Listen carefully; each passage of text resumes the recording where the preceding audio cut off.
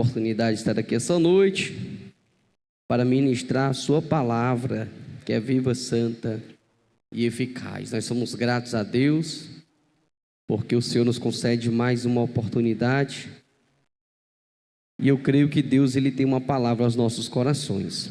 Quero pedir a você, nós estamos iniciando hoje esta campanha com o tema Cheios da Plenitude de Deus. Hoje nós vamos entender um pouquinho sobre isso e no decorrer das 4 sexta-feiras nós estaremos nos aprofundando assim também, como já estamos estudando no decorrer dos cultos. Então abra sua Bíblia na carta que o apóstolo Paulo escreve aos Efésios, no capítulo de número 3, nós vamos ler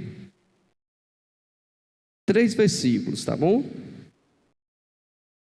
Bendito seja Deus. 17, 18 e 19.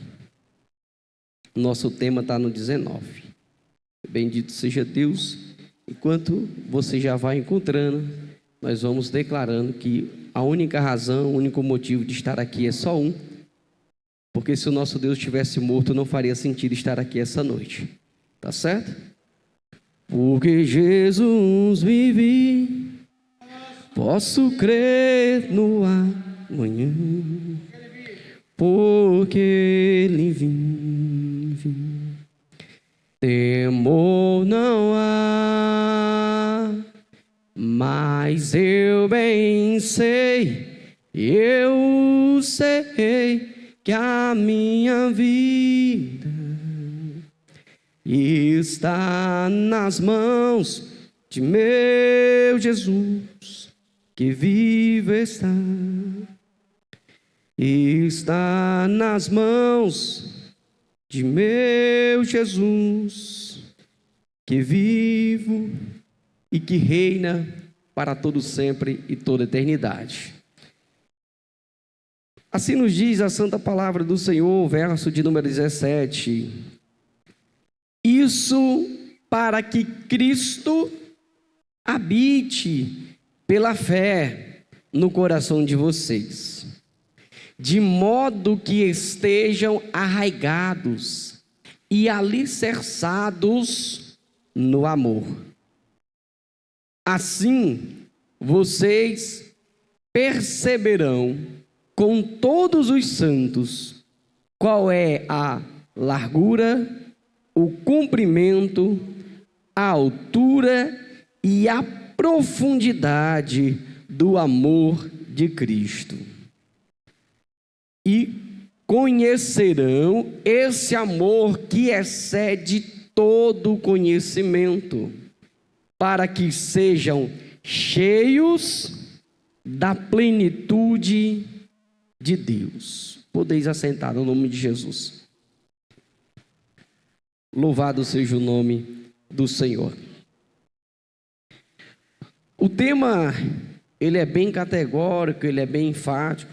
Nós estaremos abordando sobre a plenitude de Deus. E quando nós vamos falar dessa plenitude, muitas coisas podem vir à cabeça. Mas o que de fato é essa plenitude? O que de fato é esse Deus que é pleno, esse Deus a qual habita dentro de nós através ou por meio ou mediante a fé em Cristo? Jamais poderei estar cheio da plenitude de Deus se eu não entender uma coisa bem fácil que o próprio texto deixa claro. Se eu não entender o que é o amor. Logo, quando eu não entendo o que era o amor, jamais eu poderei ser cheio da plenitude de Deus. Por quê? Porque tudo começou em um ato, em uma ação, em um gesto de amor. A Bíblia, ela é bem categórica quando ela nos vai dizer que Deus, em uma prova do amor que Ele tem para conosco, foi capaz de oferecer em sacrifício vivo o seu Filho, entregando a si mesmo, para que nós pudéssemos não só experimentar participar e exercitar esse amor. Mas o que de fato é amor, já que nós falamos tanto e muitas das vezes até pronunciamos para o esposo, para a esposa, para o pai, para a mãe, dizendo eu te amo. Mas o que é o amor de fato? Será que somos sinceros em nossas palavras ao dizer que amamos? Ou é apenas um ato costumeiro, é um ato bonito, é um ato que foi nos ensinado pelos nossos pais e nós simplesmente expressamos? Mas o que de fato seria o amor? E aí nós entendemos o que é o amor. O amor, ele é, entre os seres humanos, algo que é abstrato. Mas logo eu entendo que o amor não pode ser abstrato em sua raiz. Por quê? Porque Deus, ele é concreto. E Deus é amor. A Bíblia diz em 1 João 4:8, primeira carta de João, ele vai dizer assim, ó, aquele que não ama,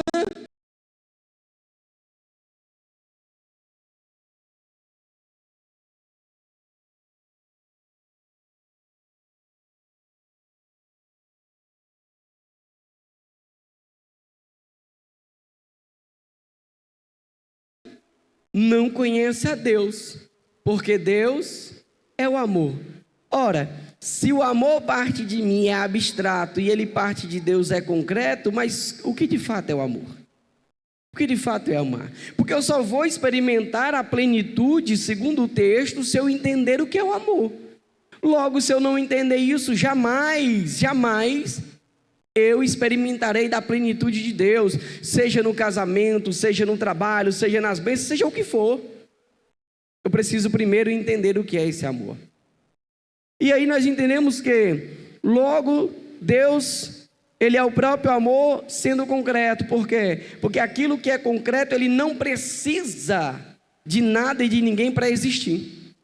Já em nós, ele se torna abstrato. Por quê? Porque eu preciso de algo, de alguém para que esse amor exista. Logo, os seres humanos, eles não conseguiram amar, eles não amaram. E o próprio Deus vai dizer que ele foi que nos escolheu, ele que nos amou primeiro. E só pode existir amor dentro de nós, porque aquele que é concreto e perfeito gera esse amor.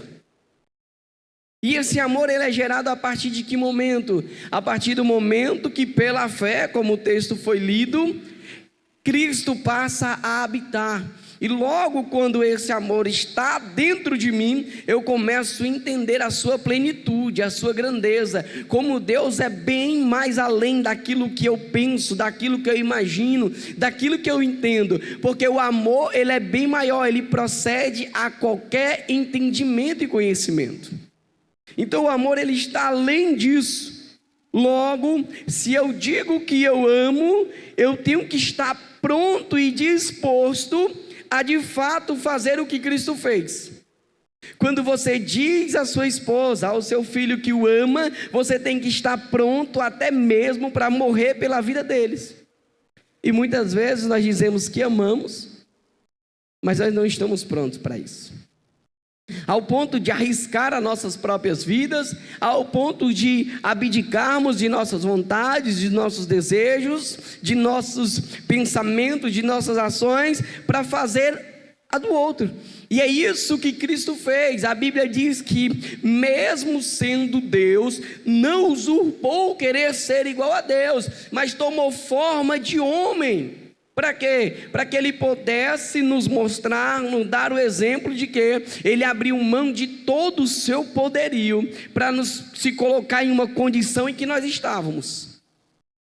Em uma condição de ser humano que sofreu, padeceu, também foi experimentado no trabalho, viveu como homem, sentiu o que o homem sente, passou o que o homem passava, para nos mostrar que nele, nós podemos ter a verdadeira expressão de amor. É por isso que Paulo, escrevendo aos Romanos, no capítulo 5, verso de número 8, ele vai dizer assim, ó: Deus prova o seu amor para conosco, em que Cristo morreu por nós, sendo nós ainda pecadores. Se eu não entendo isso, a condição que eu estava e onde Deus me coloca agora, jamais eu vou experimentar a plenitude de Deus. Porque muitas das vezes nós achamos que somos algo ou alguma coisa, mas na verdade a Bíblia nos diz que nós não passamos de trapo de imundícia. E muitas das vezes nós queremos ser maiores, melhores do que as outras pessoas. E entendendo que quando eu entendo esse amor passa a habitar, que esse amor é Cristo, o próprio Deus, dentro de mim. Aí eu começo a entender quão grandiosa é a plenitude de Deus. E isso só acontece de que forma? Através de um relacionamento, através de uma aproximação, através de uma vivência. Ninguém ama ninguém à toa. O amor, ele surge a partir do momento de quê? De um relacionamento, de uma aproximação. E aí, o que aconteceu? Quando o homem ele estava com Deus, havia uma aproximação. O homem então agora se distancia. Deus quer retomá-lo, trazê-lo de volta. E aí cabe-nos o quê? Entender a reciprocidade desse amor. Deus nos ama, eu entendo que Ele me ama e agora eu retorno isso para Ele. Então só assim eu vou entender a plenitude desse amor e entender o quão esse sacrifício é precioso. E a partir desse momento que eu entendo isso, eu começo a me padecer pelas pessoas que estão na mesma condição que eu estava. Uma pessoa que não tem esse entendimento, não se compadece de quem está em uma vida de pecado, em uma vida pecaminosa, em uma vida de perdição, jamais essa pessoa está vivenciando a plenitude de Deus. Porque ela começa no amor. Então, se nós não amarmos a quem nós não conhecemos, de fato nós não temos o amor. Porque a Bíblia nos diz que nós devemos amar até os que nos perseguem, os que nos maldizem, e coisa que nós não queríamos. Mas eu só consigo viver a plenitude de Deus se eu entender que o perdão é algo fundamental na minha vida, porque Cristo me perdoou quando eu estava em um charco de lodo de pecado, e agora Ele me prontifica para que eu possa perdoar as outras pessoas. E aí nós vamos entender a plenitude do Senhor. Então, quando nós vemos o capítulo de número 3, o apóstolo Paulo, ele já começa falando desse amor. No verso 1 ele vai dizer assim, por esta causa eu, Paulo, sou prisioneiro de Cristo Jesus, por amor de vós, gentios. O que Paulo estava dizendo é que ele estava entendendo esse amor, e entendendo esta condição, ele se coloca na condição de prisioneiro, para que pudesse os gentios experimentar desse amor que parte do Senhor Jesus. Então nós vamos entender a plenitude de Deus quando eu entender o quão grandioso é e quão Deus quer salvar as outras pessoas. Aí nós entendemos o seguinte: se é que tendes ouvido a respeito da dispensa da graça de Deus, a mim confiada por vós outro, pois segundo uma revelação me foi dado conhecer o mistério, conforme escrevi há pouco, resumidamente. Paulo estava dizendo que ele recebe de Deus e está repassando. Logo, nós recebemos do Senhor, e há uma necessidade em nós, que nós replicamos, repassamos essa palavra. Por quê? Porque Cristo morreu por nós, não só por nós, mas por toda a humanidade. E a igreja, ela só consegue viver a plenitude de Deus quando ela entende que o evangelismo, a pregação do evangelho, a busca pelo perdido é a missão da igreja. Não é a questão principal, não é o algo mais importante, é a missão. A igreja, ela só tem uma missão, que é anunciar o evangelho, que é pregar a palavra de Deus. Mas se não há amor dentro do coração, logo não consigo entender, não consigo participar, não consigo vivenciar a plenitude de Deus. Nós entendemos algo interessante: amor é um sentimento complexo. Por que é um sentimento complexo? Porque nós escolhemos quem nós queremos amar. Nós fazemos acepção de pessoas. Nós fazemos julgamentos da pessoa sem mesmo a conhecer. Nós, por nossa visão humana, vemos o que está no exterior, e aí nós decidimos amar ou não amar. Mas Deus, não fazendo acepção, olhando do céu, vendo todos nós pecadores, Ele simplesmente decidiu amar, sem fazer qualquer distinção de pessoas. Então, quando você conseguir amar as pessoas, sem fazer qualquer distinção ou qualquer pré-julgamento, você vai entender que está vivendo a plenitude de Deus. Vivendo como o próprio Cristo viveu, e vivenciando aquilo que os discípulos estavam vivenciando ao seu lado. Amor também pode ser definido como uma forte afeição por outra pessoa, seja ela nascido em laço sanguíneo da família ou de um ciclo social. Ou seja, então eu posso amar as pessoas que fazem parte da minha família como aquelas que não fazem. Mas por que muitas das vezes as pessoas que são consanguíneas, elas não conseguem amar umas às outras?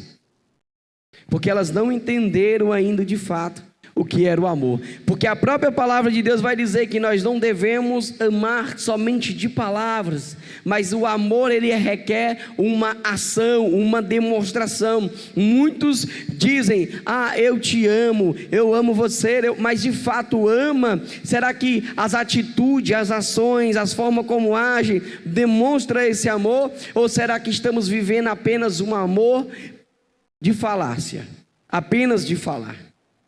Será que amamos? Muitas das vezes nós cantamos hinos na igreja pedindo para que o Senhor nos molde, nos quebre, nos transforme, porque nós queremos fazer a vontade, porque nós queremos pregar, porque nós queremos anunciar, e nos leva aqui, nos leva acolá. Mas quando o culto acaba, saímos por essas portas, continua o quê? A vida que era antes, o hino já passou, aquele desejo, aquele sentimento, aquela emoção já não existe mais. Por quê? Porque foi apenas um momento. Mas quando nós entendemos isso, independente de eu cantar esse tipo de hino ou não, eu vou estar lá fora pregando a palavra. Por quê? Porque nós vamos entender que a obra da igreja, a missão da igreja é anunciar a sua palavra, anunciar a salvação.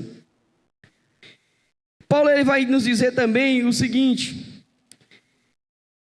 a saber que os gentios são co-herdeiros, membros do mesmo corpo, co-participante da promessa de Cristo, por meio do Evangelho.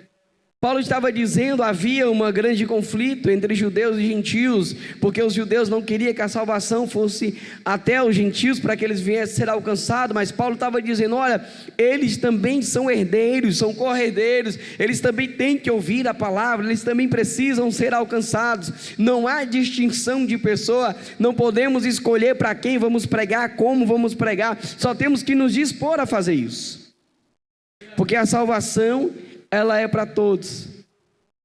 Então nós temos que entender isso, e anunciar o Evangelho é entender a plenitude de Deus. E hoje nós temos diversas maneiras de fazer isso, seja pelas redes sociais, seja pelo telefonema, WhatsApp, tem diversas redes, diversas maneiras. Eu não preciso nem ir a um outro país, eu consigo evangelizar a pessoa de onde eu estou. Então, se eu entendo a plenitude de Deus, eu entendo que há uma necessidade de anunciar e pregar a palavra de Deus, para que a igreja ela possa continuar em atividade, continuar crescendo.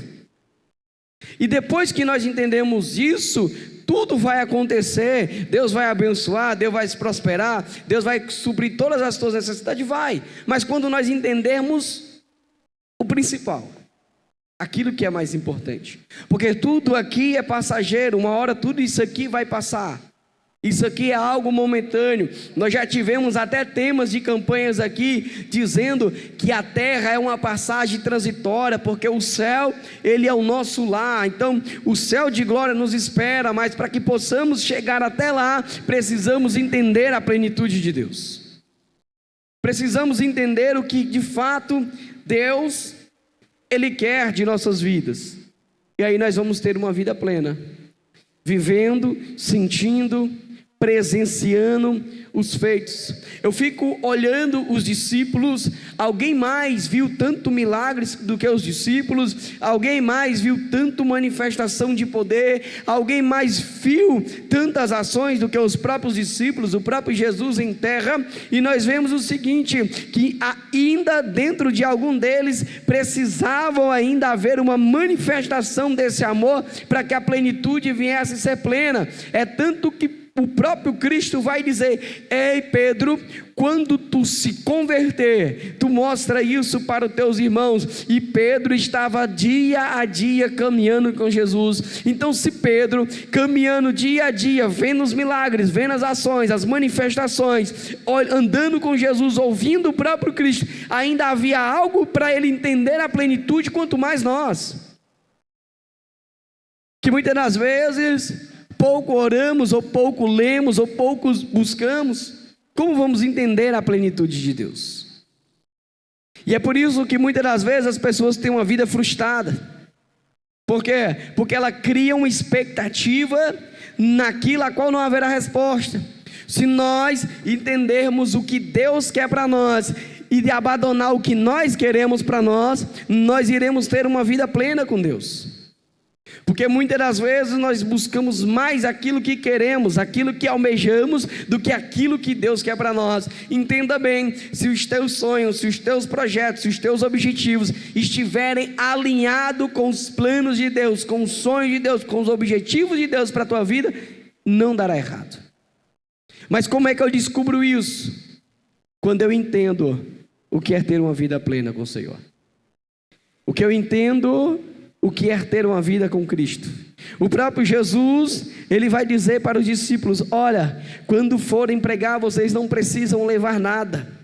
Deixe isso, deixe aquilo, não precise levar. Por quê? Porque Jesus sabia que os discípulos poderiam ter distrações em meio ao percurso. E hoje há muita distração. Por quê? Porque muitas das vezes nós levamos uma bagagem quando vamos evangelizar. Nós levamos uma vida cheia de problemas. Nós levamos uma vida cheia de dificuldades. E quando estamos para anunciar, bate a tristeza, bate o desânimo, vem à memória tudo o que está acontecendo. E é por isso que muitas das vezes nós não realizamos a obra de Deus, porque as distrações, elas nos impedem meu ao caminho. Mas se nós entendermos de fato o amor de Deus, nada poderá nos parar e nos impedir de anunciar a palavra, porque o chamado foi para todos, mas apenas uma parcela participa. Por quê? Porque muitas das vezes ainda falta entender o que é de fato a plenitude de Deus. Paulo continua dizendo o seguinte: e manifestar qual seja a dispensação do mistério desde os séculos oculto em Deus, que criou todas as coisas, para que pela igreja a multiforme sabedoria de Deus se torne conhecida. Quem é que vai fazer com que o mundo conheça qual seja a multiforme manifestação de Deus, se não for a igreja que se disponibilizar para anunciar o Evangelho? Hoje nós entendemos que Deus tem diversas formas de se comunicar, de falar ao seu povo, mas o principal é a própria igreja. Hoje você pode ouvir um ímpio falando de Deus, você pode ouvir qualquer pessoa, mas é uma missão que foi dada à igreja, e nós temos essa responsabilidade para que as pessoas saibam quem é esse Deus, saibam como Ele se manifesta, o que Ele quer de cada um de nós, o que Ele espera desse povo, dessa geração. E hoje nós encontramos diversas pessoas, de diversas formas, de diversos comportamentos, que precisam também de um Deus, para que possam ter as suas vidas modificadas. Mas para isso, a igreja, ela precisa entender que é dela o papel de mostrar para o mundo quem é esse Deus, como Ele se revela, como Ele se apresenta. Por que hoje muitas pessoas, criou-se até um termo chamado de desigrejados? Porque as pessoas vinham à igreja, enchiam as congregações, recebiam falsas promessas, ouviam falsos discursos, porque alimentavam o seu ego, o seu eu era atrativo, mas depois não tinha raiz, não tinha firmeza, se frustraram, não receberam o que lhe prometeram, e aí fizeram o quê? Se decepcionaram. Hoje, quando você encontra uma pessoa que está distante do Evangelho, que ela começa a comentar a vida dela, você percebe que há uma profunda decepção no coração. Mas por quê? Porque a igreja se ausentou do seu papel e deixaram com que falsas pessoas, pseudos igrejas, anunciassem outra palavra. Por quê? É muito fácil você juntar uma multidão quando você não prega a verdade. Mas difícil é você juntar uma multidão quando está pregando a verdade. Jesus está pregando, anunciando a palavra, a multidão começa a se espalhar, a multidão começa a se esvair, a ir embora, porque Jesus não estava falando nada que estava agradando, Jesus não estava amaciando o ego de ninguém, pelo contrário, Jesus pregava a verdade que doía, e as pessoas começaram a ir. Um discípulo se levanta e diz: ei Jesus, a igreja está ficando vazia, tem bem pouco irmão, quase não tem mais ninguém, e agora Jesus diz assim: pode ir também, pode ir Pedro. Mas Pedro, entendendo a plenitude de Deus, ele entendeu e disse: para onde iremos nós? Sabe por quê?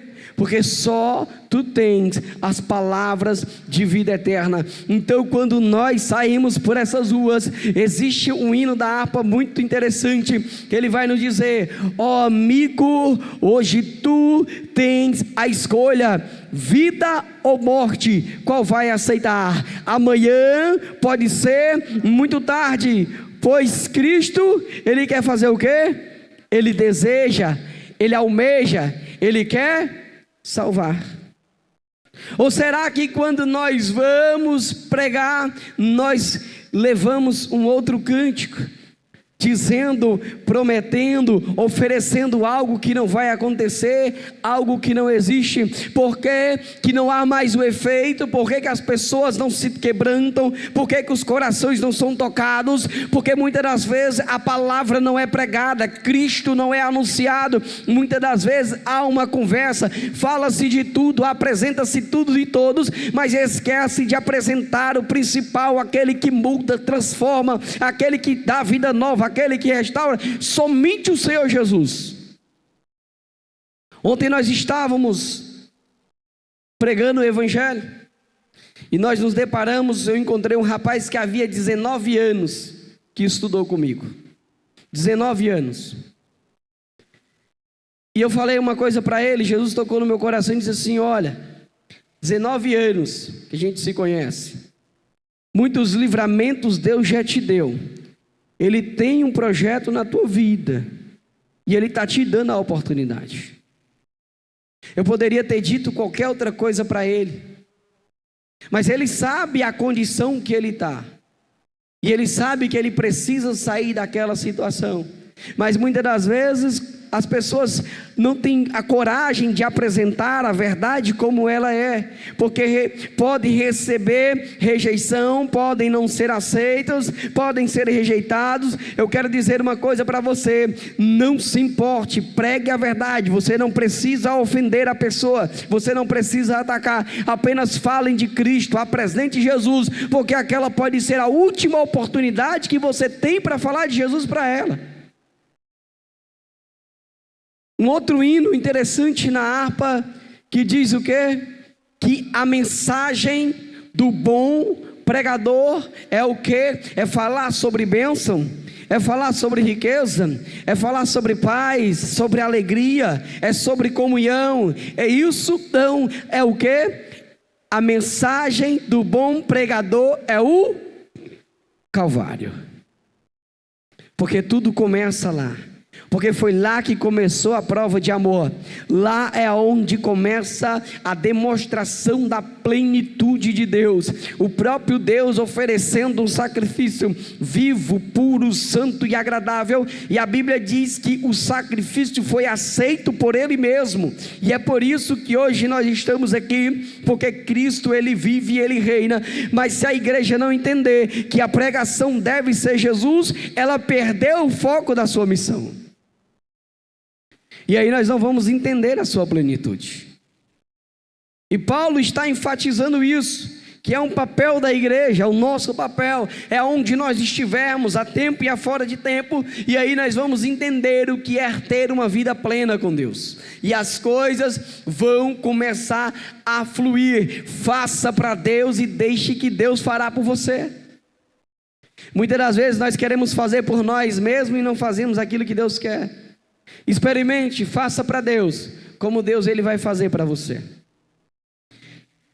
E ele continua no verso dizendo: agora dos principados e potestades nos lugares celestiais, segundo o eterno propósito que estabeleceu em Cristo Jesus nosso Senhor, pelo qual temos ousadia e acesso com confiança mediante a fé nele. Olha só, Cristo, o propósito está estabelecido em Jesus. Mediante a fé nós temos acesso a Ele e nós podemos ser ousados.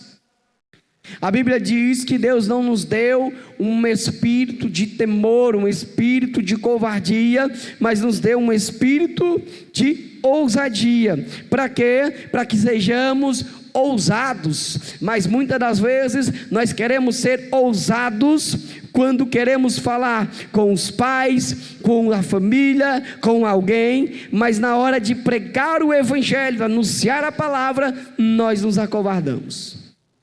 A ousadia ela vai embora.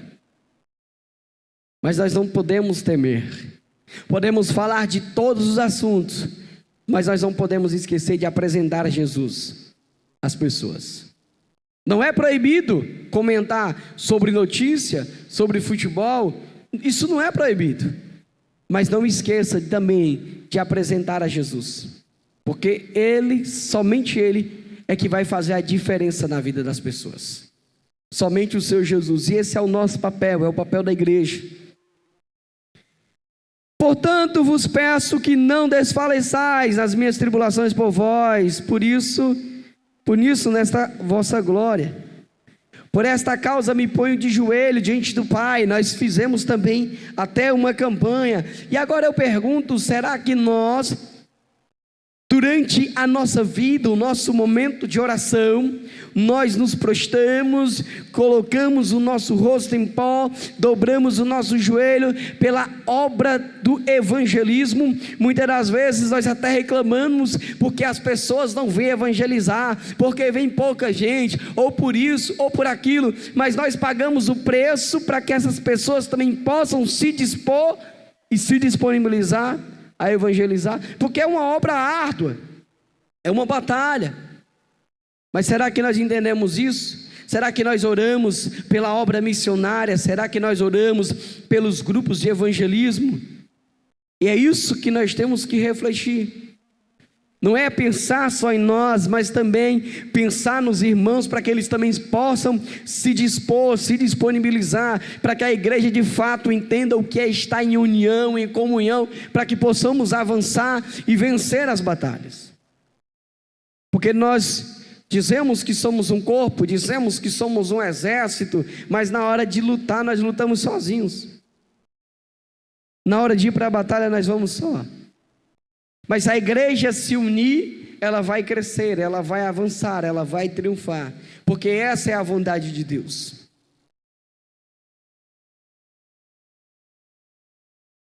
Olha só, o verso 16 diz assim, ó: para que segundo a riqueza da sua glória, vos concedas que sejais fortalecidos com poder, mediante o seu Espírito, no homem interior. Paulo está mostrando que quando nós passamos a entender esse amor, a entender essa plenitude, o Espírito de Deus é que vai nos ajudar, é que vai nos auxiliar, é que vai nos dar poder para que possamos fazer o quê? Anunciar a palavra, entendendo que era a plenitude de Deus. É fazendo para Cristo e Cristo fará por nós. Ele prometeu, dizendo que nós fôssemos pregar o Evangelho, que nós viéssemos ensinar a guardar o que nós já temos recebido e passamos para a pessoa, batizando-vos em nome do Pai. Também nos prometeu que o Espírito Santo estaria conosco todos os dias até a consumação do século. Então nós já temos todas as garantias e todas as regalias e tudo que é necessário para evangelizar e anunciar a obra do Senhor.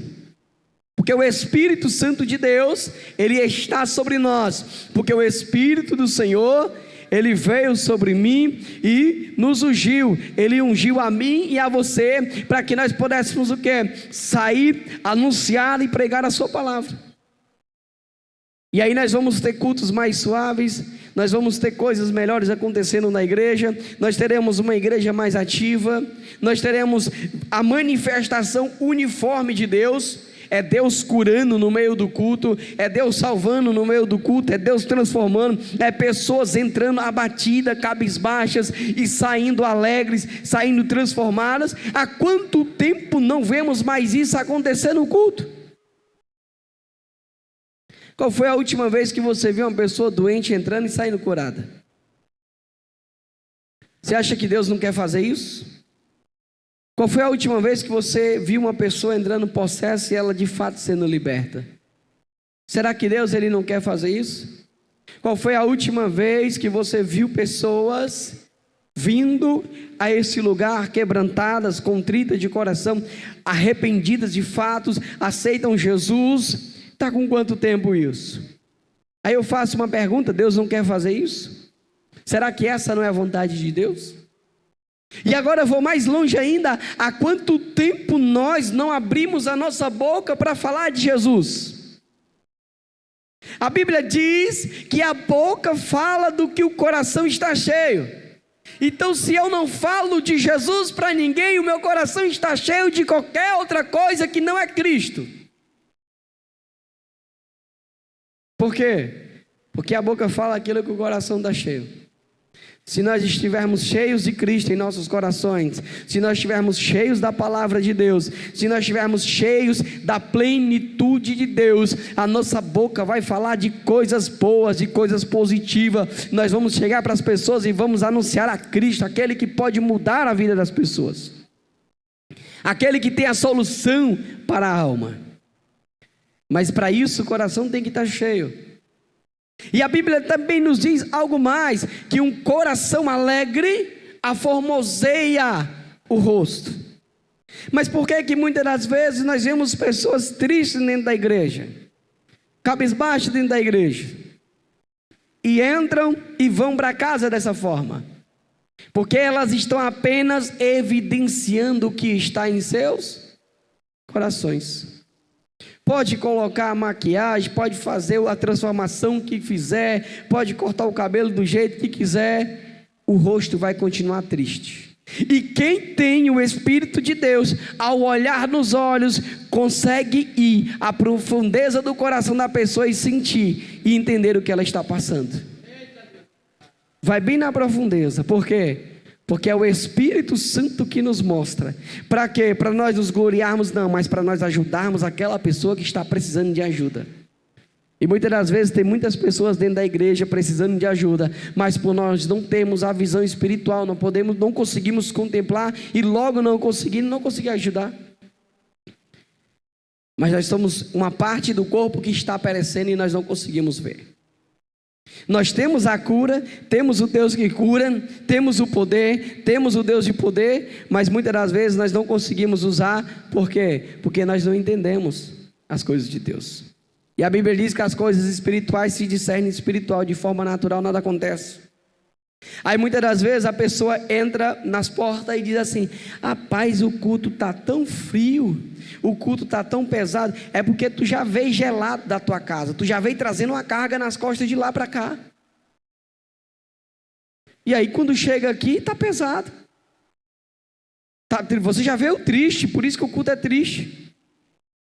Mas se você já vier lá da sua casa, louvando, exaltando, buscando a Deus: Senhor, eu vou para a tua casa hoje, eu vou te adorar, eu vou buscar a tua presença. O restante pode estar todo mundo triste, mas você vai estar alegre e não vai sentir o peso e nem a tristeza. Por quê? Porque tudo começa quem está entendendo a plenitude. E aí nós vamos ter cultos diferentes, vamos ver a manifestação, a uniforme manifestação de Deus, seja no louvor, seja na oração, seja na pregação, seja do jeito que for, Deus vai se manifestar de forma uniforme, de forma a qual haverá uma harmonia ou uma sintonia dentro da igreja.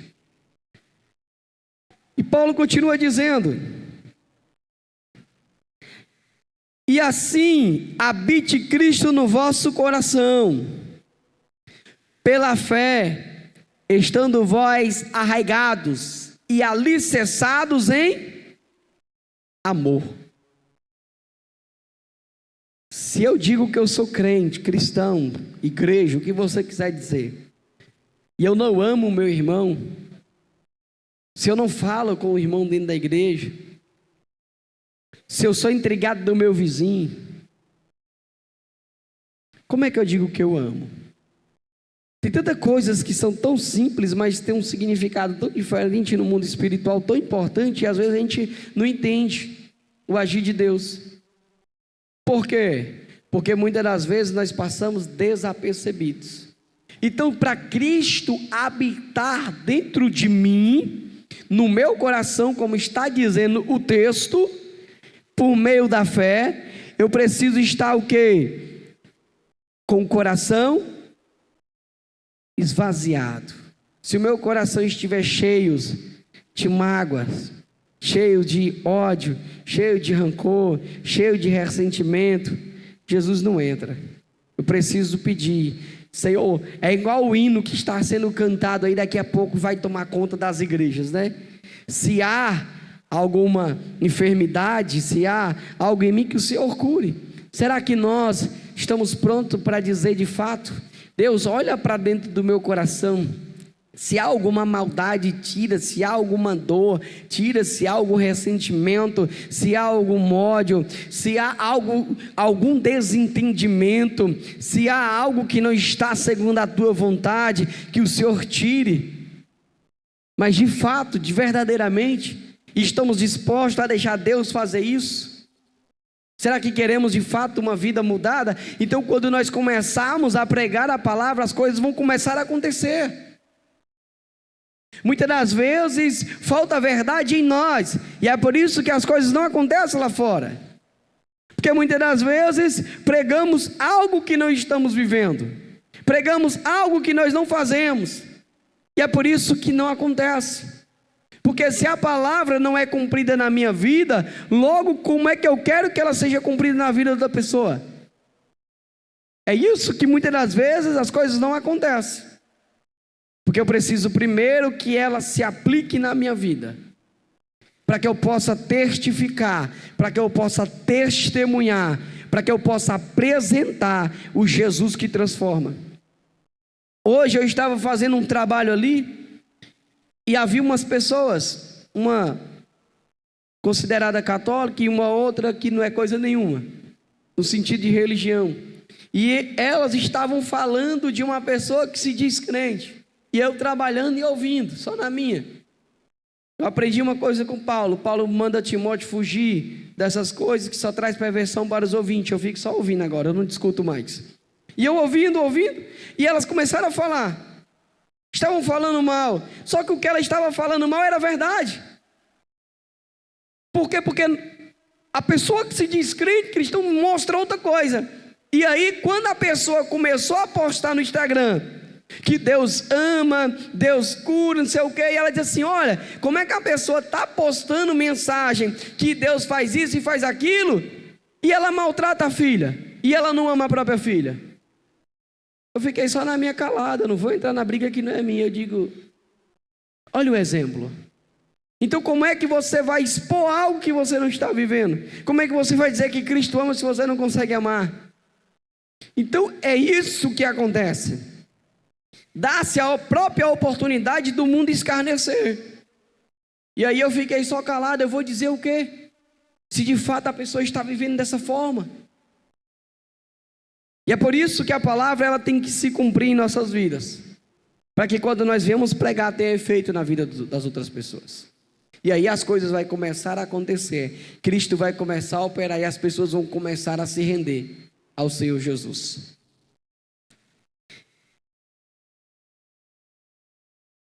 A fim de poder, diz, compreender todos os santos. Ele está falando de toda a igreja precisa ter a compreensão que o amor precisa estar dentro dos nossos corações, que esse amor é colocado pelo próprio Deus, através da pessoa do Senhor Jesus. Então todos os santos precisam entender isso, e qual é a altura, o comprimento, a largura ou a profundidade. Nós jamais entenderemos o quão profundo é esse amor, o quão alto, o quão comprido, porque esse amor ele não pode ser medido. Paulo está dando aqui algumas noções de medida para nós entendermos o quão grande é esse amor, e jamais nós poderemos entender em sua plenitude, mas eu só consigo entender quando a plenitude de Deus ela está sobre a minha vida. Quem aqui pode medir o amor de Deus? Nós não podemos pegar uma fita métrica para meçar e saber qual a profundidade, qual a altura, qual a largura, o comprimento, não. Mas quando esse amor, ele está dentro de mim, eu consigo compreender isso. O quão grande é esse amor? É amar aqueles que me perseguem, aqueles que me aborrecem, aqueles que me odeiam, amar aqueles que querem o meu mal. Olha a profundidade desse amor. Mas eu só consigo entender essa profundidade quando eu passo a amar. Quando Cristo está dentro do meu coração, transformando a minha vida, para que eu possa levar a transformação para as outras pessoas através da sua palavra. E conhecer o amor de Cristo, que excede todo entendimento, para que sejais tomados de toda a plenitude de Deus. Quando você aprender a abrir mão da razão para ter paz de espírito, é porque você está vivendo a plenitude de Deus. Muitas pessoas confundem um texto quando Jesus diz, olha, quando bater em uma face, dar a outra face. Jesus não estava dizendo que você deveria passar o dia apanhando, ele estava dizendo o seguinte, olha, quando alguém vier contra ti, tu vai abrir mão da tua razão para ter paz de espírito. É você saber que está certo, mas você abre mão dessa razão, só para poder ficar em paz, só para poder viver a plenitude de Deus. E é isso que nós temos que aprender. Não é fácil, mas Cristo, Ele transforma, e nós vamos aprender a viver em plenitude. E Paulo vai dizer o seguinte, ora, aquele que é poderoso para fazer infinitamente mais do que tudo quanto pedimos ou pensamos. Olha o que eu disse lá no começo, faça para o Senhor que Ele vai fazer por você. Então, aquilo que você está pedindo, aquilo que você está buscando, aquilo que você está esperando do Senhor, quando você entender esse amor aqui, muito mais do que o que você pensa, do que você pede, do que você imagina, é o que Deus ele tem preparado para você. É o que o texto está dizendo, olha só, mais do que tudo quanto pedimos ou pensamos, conforme o seu poder, que opera em nós. Quer ter uma vida diferente? Quer ter uma vida abençoada? quer ter uma vida próspera, quer ter uma vida de paz, quer ter uma vida em harmonia, quer ter uma vida de alegria, de gozo, de felicidade, faça para Deus, que Ele fará por você. E Ele só quer que você faça uma coisa para Ele, que é realizar a sua obra.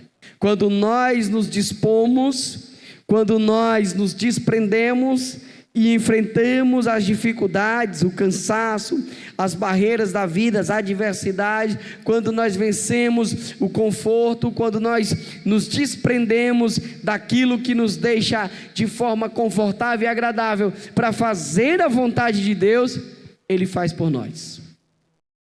É só isso que o Senhor quer. Continue fazendo a vontade do Senhor. E nós entendemos que ao Senhor, a Ele seja a glória na igreja, em Cristo Jesus, por todas as gerações. Mas será que todos os dias está sendo a Ele a glória, ao Senhor a adoração de verdade? Será que nós viemos à igreja e abrimos de fato o nosso coração e rendemos a Ele a perfeita adoração? Ou será que muitas das vezes nós estamos apenas vivendo uma vida religiosa? E tal horário tem o culto, eu vou lá para o culto, eu já sei até como é que o culto funciona. Vai ter a oração no começo do culto, depois vai ter o louvor, depois vai ter os hinos da harpa, depois tem uma oração ou não, aí depois tem a palavra da oferta, depois da palavra da oferta, se tiver um visitante, apresenta, se não tiver, ora pelas ofertas, ora pelo pregador, se não tem uns avisos, dá os avisos, depois canta o hino no final, chama as pessoas aqui na frente, acabou o culto, recebe as vezes, vamos para casa. Será que eu entreguei de fato a minha adoração ao Senhor? Será que na igreja a glória, o louvor, a adoração de fato está sendo para Jesus? Ou apenas está sendo meras reuniões onde pessoas religiosas se encontram e apresentam um cântico, apresentam até mesmo uma oferta, estão de corpo presente, estão aqui, mas não vieram? Ou simplesmente nós estamos acostumados com uma vida religiosa? Virou apenas algo cotidiano? Ou de fato eu venho com um pensamento, como Paulo vai dizer, escrevendo aos Romanos, que eu tenho agora a responsabilidade de se apresentar diante de Deus com um corpo santo, um sacrifício vivo, esse sacrifício que é agradável a Deus. Será que durante o dia eu passo a ter uma vida voltada para Deus, ou eu vivo de qualquer forma, de qualquer jeito, falo o que quero, faço o que quero, e à noite eu venho: Senhor, estou aqui para te louvar, para te adorar? Será que eu estou oferecendo um sacrifício vivo? Será que eu estou oferecendo um sacrifício santo? Será que eu estou oferecendo um sacrifício agradável de fato a Deus? Será que a glória está sendo para Ele na igreja? Será que a nossa vida no cotidiano é de fato um culto a Deus? É isso que nós temos que refletir, porque se isso está acontecendo, nós estamos vivendo cheios da plenitude de Deus. Caso contrário, nós precisamos nos encher dessa plenitude, entender que esse Deus é pleno, é santo, é perfeito e está acima de tudo e sobre todos. Porque falar de qualquer outra coisa é fácil, mas entender que nós precisamos de fato, de verdadeiramente se voltar para Deus, é onde Deus chama cada um para a conversa, é onde Deus chama cada um para uma proximidade. Quer ver uma coisa interessante? Olha só, muitas das vezes nós nos encontramos em situações difíceis, não sei nem que hora é agora. E muitas das vezes nós queremos buscar a Deus, oramos pedindo a Ele, para que Deus venha falar conosco. E muitas das vezes Deus não está respondendo. E aí você não entende por que Deus não responde. Por que antes Ele respondia e agora Ele não responde mais.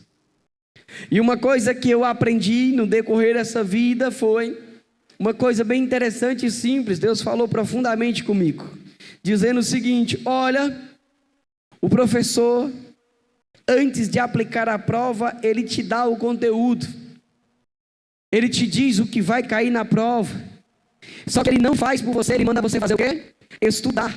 Aí a Bíblia diz, no mundo tereis aflições, mas tem de bom ânimo que eu venci o mundo. Mas eu estou escrevendo isso para que fique em paz. A gente sabe, está lá o conteúdo. A Bíblia vai dizer que eu amo os que me amam, os que de madrugada me buscam, me acharão. Ele já me deu o conteúdo, eu conheço o conteúdo, mas está lá. E aí a Bíblia vai me dizendo muitas coisas, que Deus, Ele quer um coração contrito e quebrantado, é disso que Ele se alegra. Muitas das vezes nós queremos apenas sacrificar e não entendemos que não é só o sacrificar, mas é o coração estar contrito, quebrantado na presença de Deus. O conteúdo está lá, só que agora chega o momento que o professor vai aplicar a prova. E aí, meu irmão, enquanto tu está na revisão, ele fala, ele tira as dúvidas, aí ele responde. Você olha e diz, Senhor, isso aqui é da tua vontade. Aí ele diz, é ou não é? Senhor, eu faço isso aqui. Aí ele diz, faz ou não faz. Aí você diz, Senhor, é desse jeito. Ele diz, é ou não é? Só que agora ele vai aplicar a prova. E quando o professor vai aplicar a prova, ele se cala. O aluno pode até perguntar, mas o professor se cala. Muitas das vezes você ora, e ele não responde porque ele já aplicou a prova. E agora é você que tem que dar a resposta para ele. Porque se você der a resposta errada, você vai ser reprovado. Mas se você der a resposta certa, você vai ser aprovado. E é agora que nós, com a revisão que nós fizemos, com o conteúdo que nós adquirimos, é que temos que dar a resposta para ele. E ele é tão misericordioso que ainda faz recuperação ainda, quando a gente dá a resposta errada. Eu vou lhe dar mais uma chance. Só que tem gente que está na recuperação, está na ré, está na ré, da ré, do ré e do ré. Aí Deus ainda continua. Deus ainda fica insistindo. Por quê? Porque o desejo dele é nos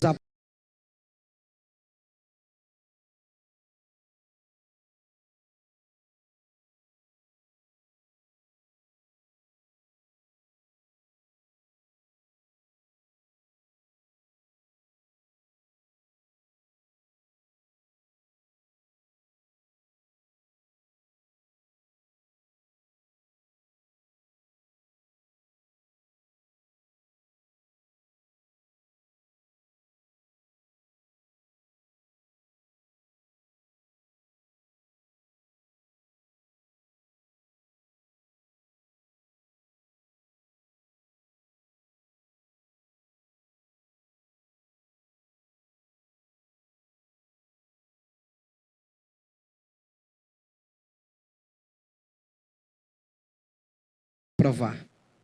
Só que ele fica em silêncio. E uma coisa que eu aprendi, quer sair da prova? Para sair tem que terminar. E não é só terminar, é terminar e ter certeza que está aprovado. Dê a resposta certa para Deus, e aí você vai sair da prova.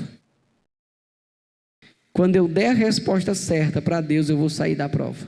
Se eu não sair ainda, é porque eu estou respondendo tudo errado, e eu fiquei de recuperação. Aí eu preciso pegar o conteúdo, revisar o conteúdo, para ir fazer a nova prova. Entendeu por que Deus não responde na hora da prova? Na hora da luta? É porque Ele não quer responder, Ele quer que você dê a resposta para Ele. E se a sua resposta estiver como Ele quer, show de bola. Se não, vai continuar na prova. Vai continuar na recuperação. E qual é a resposta que Deus quer? Para nós fecharmos bem rapidinho. Deus colocou uma cidade na prova. Ele disse, olha, em 40 dias Nínive será subvertida. Ele disse, olha, em 40 dias eu vou aplicar uma prova. Mas se vocês derem a resposta errada, vocês serão subvertidos. Nínive será destruída. Mas se vocês derem a resposta certa, vocês não entrarão em recuperação.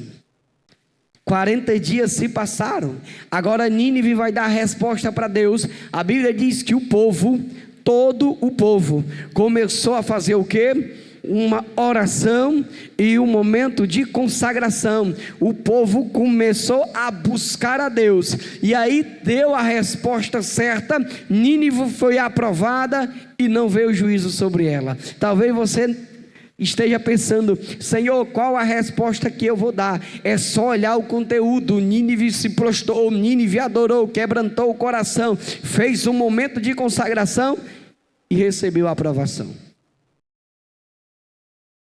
No meio da prova, essa é a resposta que Deus espera de nós. Uma vida de aproximação dele, uma vida de busca com ele. E aí eu vou viver a plenitude de Deus. Eu vou estar cheio da plenitude do Senhor. Amados, eu quero aproveitar a oportunidade, tá certo? Para nós orarmos, orar a Deus, apresentar essa noite. Se tiver mais alguma causa, a gente pode apresentar. Fazer